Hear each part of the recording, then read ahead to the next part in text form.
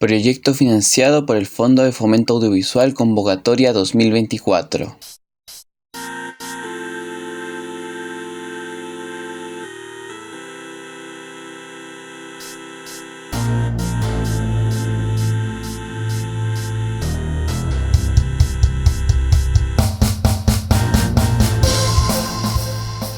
Hola, ¿qué tal? Estamos en un nuevo capítulo de Cine Creatividad Podcast, un capítulo especial como todos los que han habido esta temporada, o los que van a ver esta temporada. Todavía no defino el orden de cuándo se van a mostrar. Hoy día tenemos una invitada muy especial, todos los invitados son especiales, pero esta también es especial porque ha hecho obras audiovisuales que abordan las niñeces y las adolescencias, que es un punto que yo encuentro que en el cine chileno se ha abordado muy poco y que me gustaría que todos pudieran ser parte de esta iniciativa que está haciendo esta realizadora chilena. ¿De dónde eres, Natalia? Yo soy de Maipú, pero bueno, de Santiago de Chile, Bueno, pues. pongámosle Maipú. Soy Así, maipucina. así que estamos con Natalia Mejías, realizadora audiovisual de Maipú, y que nos viene a contar un poco de lo que ha hecho ella en el ámbito de la creatividad y el cine desde la niñez y la adolescencia. ¿Cómo estás, Natalia? Estoy súper bien, muchas gracias por la invitación y la paciencia para tenerme hoy día aquí también. Qué bueno. Cuéntanos un poco qué haces tú, tu experiencia, tu foco en este tema en general, para que te conozcan un poco más allá de la presentación que ya te hice. Bueno, mi nombre es Natalia Mejías, me dicen Natuca. Tengo actualmente 28 años y me considero fotógrafa y cineasta. Durante mi época universitaria, mi foco fue bastante acercándome al mundo de las infancias, las adolescencias eh, y el mundo también queer. O sea, han sido como mis motores que no siento que sean, que vayan a durar para siempre tampoco, pero sí algo que en lo que he estado en los últimos años, o al menos las obras que tengo.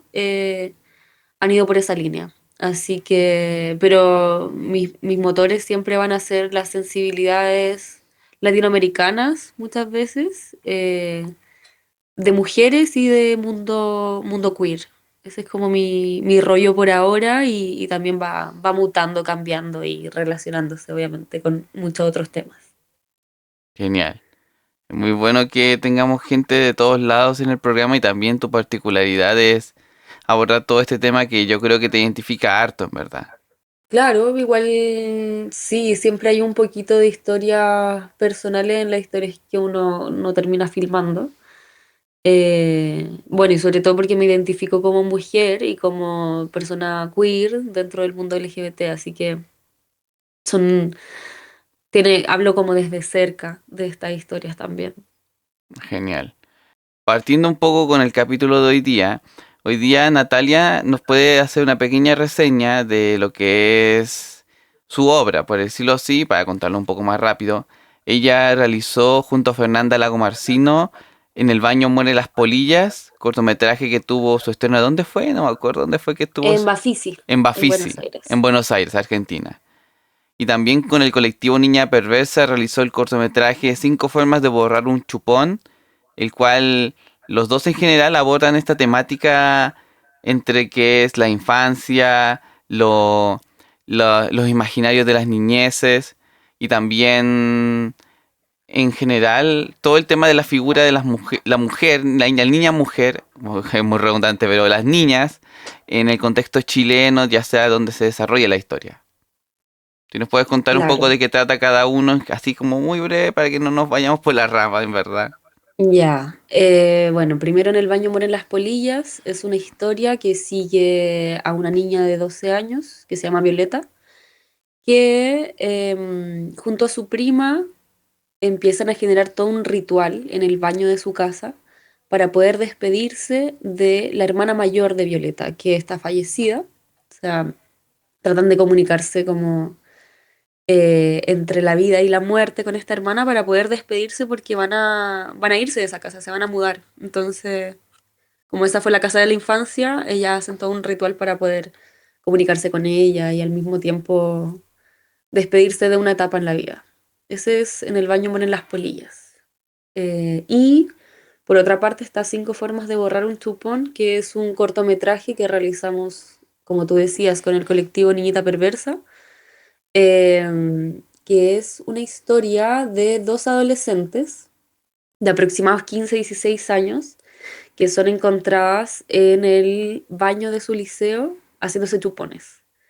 Y de ahí emprenden todo un viaje por la periferia, caminando y un poco averiguando qué es lo que sienten, qué es lo que les genera culpa o repercusiones a nivel social, a nivel escolar, de las cosas que se pueden y no se pueden hacer en esa edad.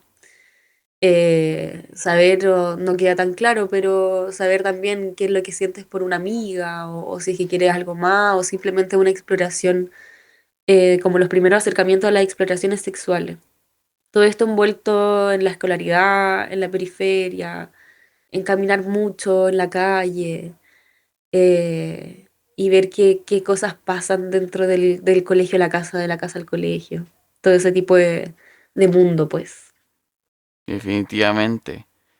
Sí, debo confirmar que he visto los dos cortos en algún momento de previo a la grabación de este capítulo, abordan mucho ese tema de la exploración las dos, como una especie de indagación de los espacios como que nunca se exploran, por decirlo así, como, no sé cómo definirlo en palabras, pero es como indagar el duelo, indagar la Sí. sexualidad y todo tienen harto de esas cosas.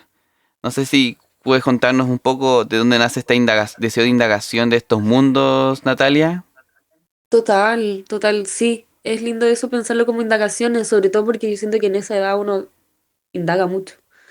Hay muchas cosas que siguen siendo nuevas y en este caso, bueno, en las polillas que es acerca de un duelo, es como indagar de qué forma uno puede transitar o no un duelo siendo niña, teniendo no sé, el juego de tu parte, la ilusión, la magia. A mí me gusta mucho como realizadora indagar esas partes medias místicas que tenemos los seres humanos de poder significar la vida. Y en las polillas se representa a través de un ritual muy inventado, que finalmente también estamos compuestos de puros rituales, siento yo, la humanidad. Entonces, desde una temprana edad siento que también podemos indagar en esas especies de rituales que nos ayudan a transitar de un estado al otro o de una etapa en la vida a la otra. Entonces, creo que por ahí va esa indagación de ver cómo lograr cierta comunicación o cierta ilusión o cierta esperanza con el más allá, por ejemplo. Y en los chupones es una indagación obviamente de los sentires del cuerpo, los sentires con respecto a otra persona, con tu propia, con lo que te parece a ti correcto o no, con las culpas, como indagar es dar un pasito más allá y ver qué pasa cuando das un paso más allá, qué repercusiones hay, qué consecuencias, y si esas consecuencias tienen sentido contigo o no, como siento que en la adolescencia hay mucho también de formación de culpas, sobre todo nosotros, no sé, en Chile, al menos en Latinoamérica, como cierta culpa católica respecto a lo que queremos y no queremos hacer, o lo que queremos o no queremos ser también.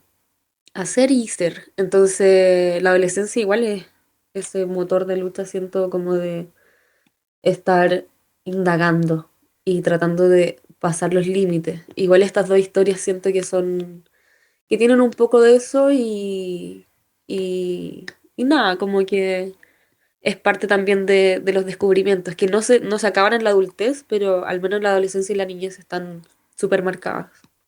Definitivamente, uno piensa, bueno, yo no soy mujer, soy hombre, pero sí debo decir que ese tema de la indagación de la adolescencia y de la niñez es muy patente en el sentido de que yo creo que todos los que hemos pasado, bueno, todos pasamos por la adolescencia y la niñez, tenemos esa etapa de indagación, aunque digan uno, no, yo no indago nada, yo me quedo con lo mismo siempre, mentira, uno indaga incluso en los momentos más oscuros aunque no lo quiera asumir también.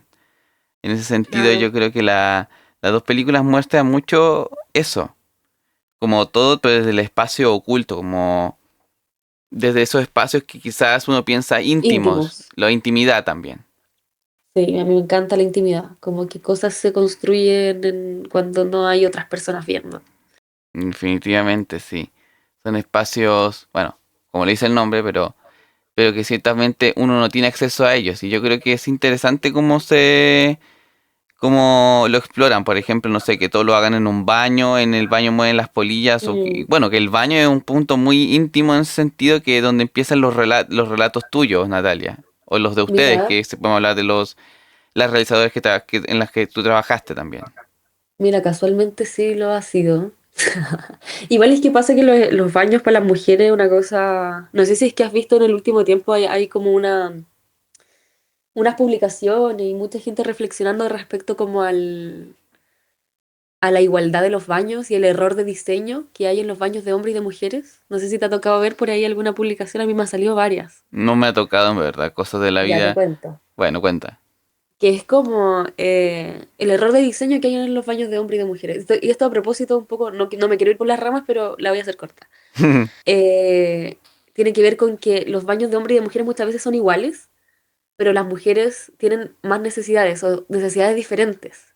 Entonces, es como que a pesar de que tienen la misma estructura y podrían catalogarse como igualdad, eh, las mujeres sí necesitamos, o sea, tomarnos otros tiempos, no sé, como que hacemos nuestras necesidades de forma diferente, necesitamos sentarnos, etcétera, otro tipo de limpiezas y de cosas. Entonces, los baños de mujeres siempre están muy llenos en comparación con los de los hombres que se demoran mucho menos, etcétera. Hay como unas cosas de necesidades y de formas de vivir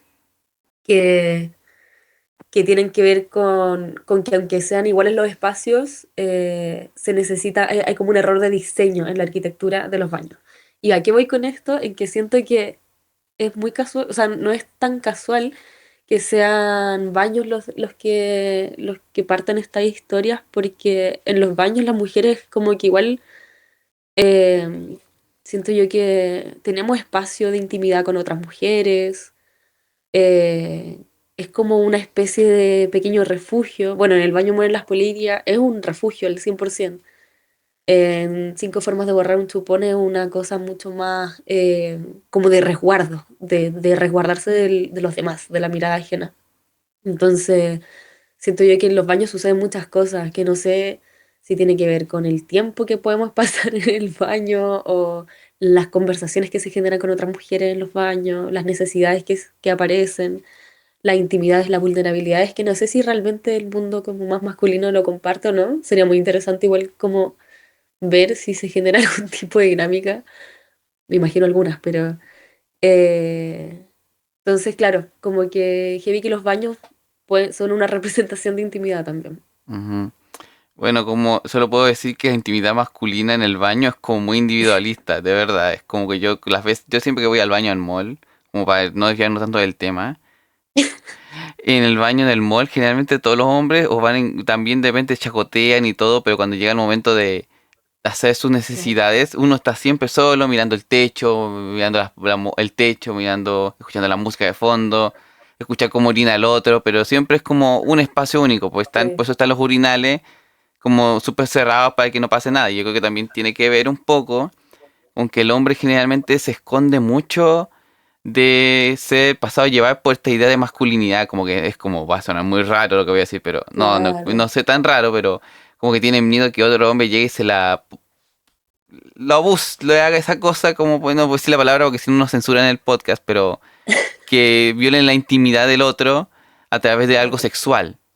Me explico, como que no voy a hacer que haya Claro. alguno que sea gay y el otro que sea tal vez un gay reprimido o un heterosexual que tenga pudor a la homosexualidad y llega y entonces se ven cuando hacen pipí, entonces ya, Y heavy igual eso que las mujeres no tenemos un poco ese concepto de que nos pueda, en un baño de mujeres nos puedan llegar a sobrepasar, ¿cachai? Que puede claro, suceder, pero no es una cosa de base. Yo creo que el baño de mujeres es como una cosa, un espacio un poco más seguro porque justamente no hay hombres. O, no sé, igual personas trans como todo bien también, no hay un espacio de inseguridad con personas trans claro. tampoco.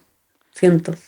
Sí, Bueno. pero sí, lo que decía yo es eso, pero es curioso que yo cuando, por ejemplo, también otra experiencia también de hombres también, en el baño, en los camerinos cuando se hacía educación física o de los deportistas, generalmente todos siempre andan ahí a paños menores. Pero yo he visto Ujú. pocos que muestren sus partes completas al momento de hacerse el cambio de ropa, de bañarse. Siempre yo veía con la adolescencia, valga la redundancia, la adolescencia y las niñeces, se tenían que bañar siempre en ropa interior, por decirlo así. Y nunca les gustaba Mm. mostrar sus partes, a menos que seas así súper viril y no tengas miedo al pudor y te muestras así, sí que tan grande, que tan chico es, pero siempre era como esa idea de que hay un pudor a que nos vean Sí, pues débiles, igual el poder es frágiles. parte de la preadolescencia también. Sí, po. Y bueno, es un tema interesante también eso, como el pudor que se vive en estos espacios, pero también el pudor que se reprime o se libera en los cortometrajes que estamos hablando ahora. Y que yo me pregunto si, a ver, ¿cómo puedo plantear la pregunta? Si hay límites en este tema para referirse a las cosas que se hablan y no se hablan de las niñeces. Pienso, por ejemplo, que me contaron alguna vez en un ramo de historia del cine en la universidad que Ujú. las niñeces generalmente eran miradas en menos durante la época del cine clásico hollywoodense, hasta que apareció el neorrealismo italiano y mostró algo distinto, que eran las niñeces protagonistas frente a un espacio de posguerra. Mm. Bueno, no sé si está tan cierto, me lo contó un profesor que es Pablo Corro, pero bueno, que él debe varía mucho con los que conocen a Pablo Corro, profesor de la Católica, saben que él se va por las nubes de repente, pero quizás puede tener algo de razón lo que dice. Pero volviendo al Sí. punto, ¿tú crees que las niñez y las adolescencias, o en general todas las infancias, tienen algún límite en cómo se representan? ¿Hay alguna delimitación en cómo se les muestra a ellos mismos desde la adultez? ¿O hay un cierto grado de empatía por mostrarlos como regresando a ese espacio? Yo creo que... Y es como... Cierto que hay como... Hay cierta mirada de una persona adulta hablando de una niñez. Ujú. Como desde otra etapa en la vida. Yo me acuerdo que la Dominga Sotomayor decía alguna vez que a medida que iba como creciendo, creo que en algún podcast también la escuché, iba creciendo como que iba haciendo películas sobre las diferentes etapas, o sea, partía como de jueves a domingo con niñez, después tarde para mi joven más adolescente, y así, y así, y así, ¿cachai? Como hasta llegar a la adultez, porque son las experiencias como más cercanas que tenemos de alguna forma. No vivimos hace tanto la adolescencia, sí vivimos hace un poco más la niñez. Pero siempre es diferente, creo yo, hablar desde la adultez acerca de las niñeces, ¿cachai? Porque se nos va distorsionando un poco también la mirada. Sí me parece muy interesante lo que ha pasado cuando uno filma niñeces con niños. O sea, como cuando los niños y las niñas y las niñas son parte de la producción. Mm. Como que pienso, por ejemplo, no sé, y a propósito también de este capítulo, eh, lo que es, no sé si es que has visto el cortometraje Agua Fría, que también salió de la Católica hace como 1 o 2 años, No un lo he año, visto, parece. eh, que está hecho por la Meme Cabello y la Antonia Martínez. Se trata de una historia acerca de la niñez en poblaciones migrantes acá en Ujú. Santiago. ¿Ya? Y está muy interesante y ellos también juegan mucho con las niñas. Y las niñas graban a veces incluso. Entonces se forma una cosa mucho más cercana respecto a la representación, creo yo. Eh, Sin embargo, yo creo que siempre es importante hablar de infancia y adolescencia, sobre todo porque hay muchos tipos de adolescencias, muchos tipos de infancia, los contextos cambian, como que siento que igual es un tópico que es como ya el coming of age, que no se puede agotar porque son muy diversas las niñeces. Y finalmente son la etapa en la vida en la cual empezamos a formar nuestro mundo, cómo entendemos después el mundo de ahí para adelante. Entonces, yo en ese aspecto siento que es como ilimitado porque son muchas las historias que se pueden llegar a contar. Sin embargo, también una cosa que vi en los apuntes tuyos que hablaban de lugares comunes. Sí, bueno, ¿hay lugares Eh, comunes o no los hay? Esa es la pregunta que también yo creo me que pienso. sí los hay. Un poco inevitable porque también los coming of age o las historias de infancia y adolescencia siguen ciertas cosas que solamente ocurren en la infancia y adolescencia, ¿cachai? Eh, Como etapas humanas. que siempre se pueden llegar a tocar, no sé, en las mujeres la menstruación, por ejemplo, que es algo como bien típico de mostrar, que todo el paso de la niñez a la adolescencia y de la adolescencia a la adultez. Creo que sí hay lugares comunes, pero está el desafío siempre como de ver un poco más allá, como cuáles son las particularidades de esta niñez y de esta adolescencia y cuál es el contexto en el cual se desenvuelve. Por ejemplo, igual pienso ahora la Mariana Enríquez, ponte. Está Mm, haciendo, ahora se están llevando al audiovisual muchos de sus cuentos que tienen claro. que ver con niñas o adolescentes. Y yo digo, bueno, este es un formato súper interesante de ver historias que son terroríficas o de niñas que son medias o adolescentes medias como macabras, ¿cachai? Em, También vi hace un par de años alguna película de puros niños que tenían ciertos como poderes y alguno de ellos era muy agresivo y violento y podía llegar a matar si quisiera, como dentro de esta inmadurez de la niñez también y de lo impulsivo que puede llegar a ser. Entonces, siento que estas historias igual son ilimitadas. Yo creo que los lugares comunes son parte de las cosas que sí o sí ocurren en la niñez y en la adolescencia, como etapa en la vida, como te decía, lo de la menstruación o el primer beso o qué sé yo, varias cosas que solamente ocurren por esas edades o suelen ocurrir en esas edades, pero tiene que ver con cómo uno las muestra también o cómo Ujú. los contextos cambian de historia en historia. Hay algunos hitos que yo creo que se pueden convertir en lugares comunes, pero es un poco inevitable y bienvenido, como ver muchas versiones de cómo una mujer menstrua en la India o en Santiago de Chile o en En una África población o en Europa, ¿cachai? también. Entonces es distinto. Pero eso es lo que yo creo al menos, como respecto a los lugares comunes y los límites de género. Siento que es muy amplio y es necesario seguir hablando de las niñeces. Claro. De hecho, ahora me estaba acordando de esta película que salió hace unos años, que está en movie, se llama Close. No sé si lo viste alguna vez. Sí, te cacho. Sí, entonces es una película que es fuerte, pero que hablando no hablando del lado opuesto de las niñeces femeninas, o si hablamos de ese sentido, las niñeces perdón, las adolescencias y niñeces masculinas en Close, esta película que es belga, de Bélgica, Mm, aborda mucho el tema de cómo ese miedo a sentirte discriminado porque tienes mucha cercanía con alguien de tu misma edad, de tu mismo sexo, de tu misma identidad de género, y sentir que hay algo raro que pasa ahí y lo reprimes por miedo a que te digan algo, siendo que la película muestra mucho contexto cosmopolita de distintos tipos mm, y cae después en la culpa de decir, pucha, ¿por qué no estuve ahí cuando este personaje en cuestión se va? mm. Literalmente se va. Por eso lo digo, porque no quiero spoilear la película, que es muy bonita, pero muy triste, pero aborda ese tema también desde una perspectiva trágica, si se quiere decir, y a mí me partió el corazón. Y yo pienso que Sí, también puede ser que me haya llamado la atención que se ha abordado mucho desde cierto tema como de género, muy, no sé, pienso mucho que lo que me ha llegado de comentarios o de las impresiones que tengo de 13 razones por qué, que en su momento fue un boom, pero era una serie que, bueno, creo que de vos mm, cachamos de que trata 13 razones por qué, que es el tema de la terminar con tu vida, pero en la adolescencia en la adolescencia y dejáis rastros en cassettes. mm. Pero no sé qué piensas tú de ese tipo de casos de abordar las niñeces, por ejemplo, en tema de la palabra que empieza con S, para no decirla, si no nos censuran. Yo creo que es súper necesaria esa historia. Igual también porque es algo que ocurre mucho también yo creo que dentro de los desbalances químicos, dentro de que una persona que se está empezando a construir una autoestima, Ujú. empezando a entender su propio valor, pueden jugar muchas cosas en contra, como en los contextos.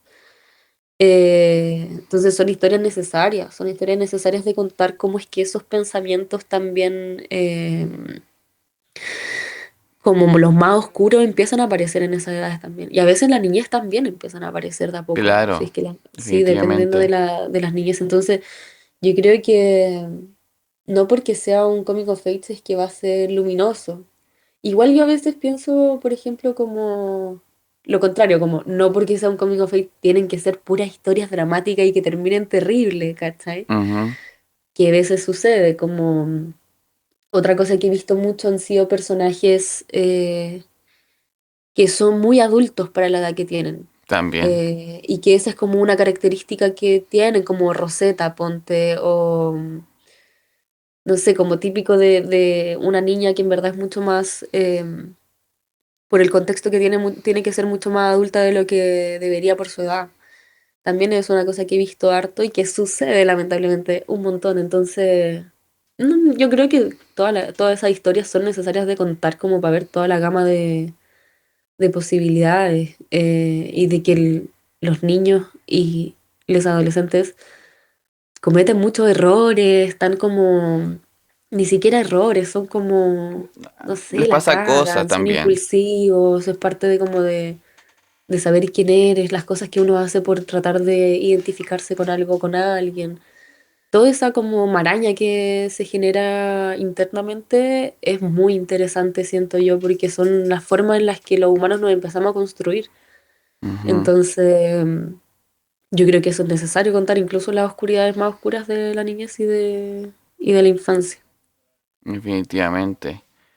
Y sí, creo que tiene mucho de esas cosas que dices tú. De hecho, me quedo dando vuelta ahora el asunto de hablar de que generalmente las niñeces, no digo, no sé, pienso mucho en los actores que interpretan a estas niñeces o adolescencias, generalmente son más grandes por el mero hecho de que quizás debe haber un pudor del adulto pensar, pucha, no quiero exponer al niño a esto porque tal vez los papás no los dejan. Y puede pasar eso en un tema de producción, pero en temas creativos, creo que sirve como un ejercicio de empatía. Y lo digo porque a mí me pasa que cuando he hecho cortometrajes que abordan el tema de las personas neurodiversas, que es mi tópico, yo siempre trato Ujú. de elegir castear a gente que pueda interpretar a personajes neurodiversos, pero que no lo sean, para que sea un ejercicio de empatía con el sentir de personas que no Mm, son de algún espectro neurológico, se quiere decir.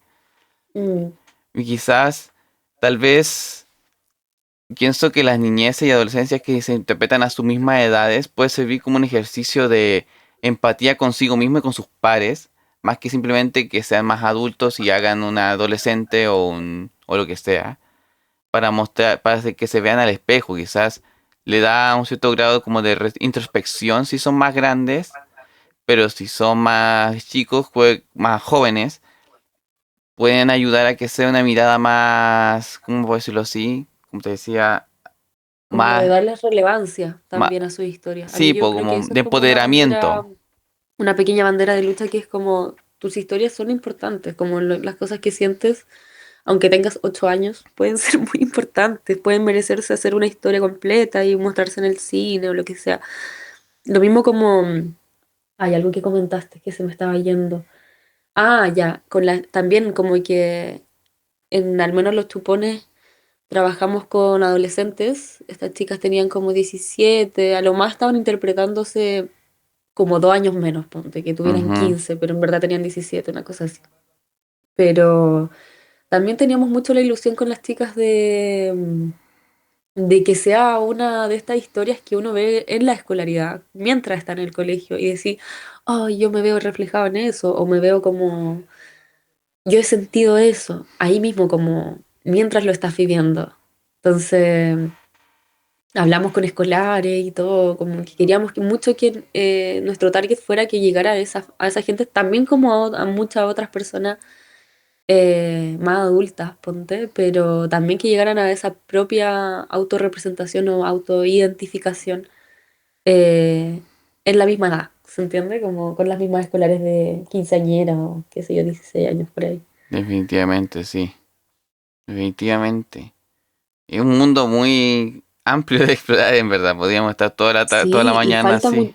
falta muchísimo, siento yo. Como yo en esta, por alguna u otra razón, estas dos obras salieron muy binarias, como hablar de lo femenino, las mujeres, las niñas, pero hay tanto que hablar de las infancias trans también, o de las Claro. adolescencias trans, muchísimo, como Tomboy de la Celine Sciamma, eh, historias que son una cosas que ni llegamos a imaginar las personas que crecimos como cis. o cómo es que se vive en adolescencias después de que en la adultez alguien empieza a transicionar, se vive como una segunda adolescencia, no sé, esas cosas también pueden llamar la Ujú. atención, no es como el coming of age clásico, sino como un coming of age tardío y disidente, que me parece también muy También, interesante de abordar. sí, definitivamente. Eso es muy interesante eso que dices, como una coming of age, una hipótesis de una coming of age doble en la que se vive la primera adolescencia cis y después se vive la segunda adolescencia trans. Claro, sí, total, total. Todo tiene que ver como de pasar de un estado a otro, como cambiar. Ujú. Y bueno, como si nos alcanzamos así, alcanzamos a cerrar ahora un poco. ¿Tú sientes Ujú. que, cómo es con este tema de las niñeces, las adolescencias, y si se quiere también niñeces y adolescencias de disidentes, de mujeres o de cualquier tipo, de incluso masculinas, ¿tú crees cómo Ujú. es el panorama actual en Chile de chileno de abordar estos temas en el cine, la televisión, o en general? Más el cine, en verdad, que es el tema del podcast, en verdad. Yo creo que está, hay como un auge, siento yo. No sé si es porque yo estoy muy interesada y puedo verlo en todas partes, pero como que, no sé, por ejemplo, se acaba de estrenar Cuerpo Celeste de la Naira, Sí, que trata de una chica que tiene como 15. En su momento Mala Junta o Mi hermano sueñan despierto, la Claudia, también. Guayquimilla, las obras de la Dominga Sotomayor también, y así como también hartos cortometrajes. Siento yo que quizá un poco más, o sea, no creo que sea así como que todo el mundo está hablando de esto, no sé si necesariamente, pero sí creo que ahí está el desafío de empezar a contar como lo que hablamos antes, niñeces e infancias y adolescencias de contextos todavía más, de toda esta gama de contextos que tenemos en Chile. ¿Cachai? O sea, como todavía más, profundizar más en la especificidad de lugares, de entorno y de contexto. Por eso mencioné lo de Agua Fría de la Meme y la Piri, que siento que están dándole voz también a las niñeces de las poblaciones, creo que estas eran como haitianas, venezolanas, colombianas, ¿cachai? Que es una cosa, una realidad demasiado cotidiana. Ujú. Y está buenísimo, es una forma muy hermosa, sutil y lo hace muy parte como a todas los niños, las niñas y las madres y padres de ciertos lugares y territorios, como que los hacen muy partes de la producción, no es como este espíritu extractivista, ¿cachai? Que puede llegar a suceder en los documentales, sino todo lo contrario, una cosa mucho más integrada, de ser parte, de poder contar la propia historia, Claro, sí, de poder entregar las herramientas para que empiecen a contar tengan su como cierta voz, ¿cachai? En un contexto chileno muy discriminatorio muchas veces. Entonces, creo que en síntesis eh, se están contando historias y hay que seguir contando historias, yo creo, de estos tópicos. Tanto niñez, adolescencia, como también lo queer o lo disidente o lo migrante o etcétera, como todas las realidades que podemos llegar a ver para seguir conectando como sociedad. Si al final para eso hacemos cine también, para poder definitivamente. seguir conectando, conectando, conectando. Y de hecho es uno de los temas que se han ido abordando en este podcast, o que se van a abordar. Estamos en un espacio temporal que se repite esos temas que tú mencionas y que se han ido abordando en los capítulos. Y espero que en algún momento pueda la gente escucharlos y también decir, oh, esto no lo había pensado también. Y también explorar nuevo tipo de cine, que el podcast es para eso, para que la gente conozca nuevo tipo de cine y piense el cine de otra forma o sepa cómo es el proceso creativo o el proceso de análisis de películas. Y con Súper eso, interesante.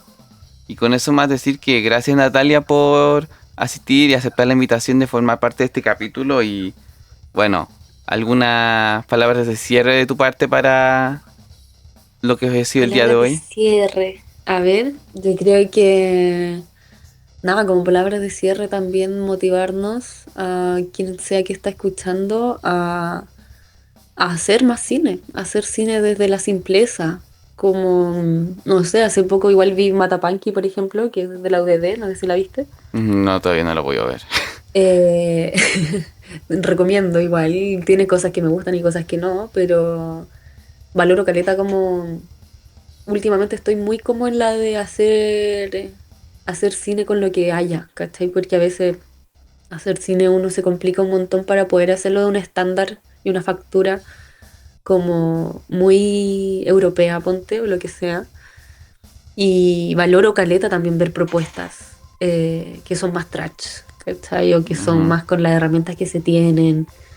Y tiene que de alguna forma también que ver con la niñez o con la adolescencia, con ese espíritu como más disruptivo, más de hacer lo que se puede con lo que se tiene, ¿cachai? Encuentro que igual Definitivamente. es bello. Mientras seguimos en la lucha de poder conseguir recursos para poder seguir haciendo cine de calidad y que se escuche bien y que se vea bien y que qué sé yo, mientras continuamos, yo creo que en paralelo poder intentar seguir creando para seguir contando historias y conectando con diferentes formatos y ver más propuestas audiovisuales. Creo que en esa estoy como palabras finales. No sé si tiene tanto que ver con la niñez y adolescencia, pero me cuelgo desde como el indagar, Está bien. el indagar de estas etapas también. Que como creadores también podemos seguir indagando y como espectadores también podemos seguir dejándonos llevar por historias que sean contadas no desde lo más tradicional también. Muchas gracias, Natalia, por venir hoy día. Y bueno, nos Muchas gracias a vemos. ti. Gracias. Y nos vemos en el próximo capítulo. Adiós. Muchas gracias, adiós. Y bueno, si ya llegaste hasta este punto, no te pierdas el próximo capítulo de Cine Creatividad Podcast. Vendremos con más invitados en esta segunda temporada, así que quédate atento para más novedades. Nos vemos. Chao.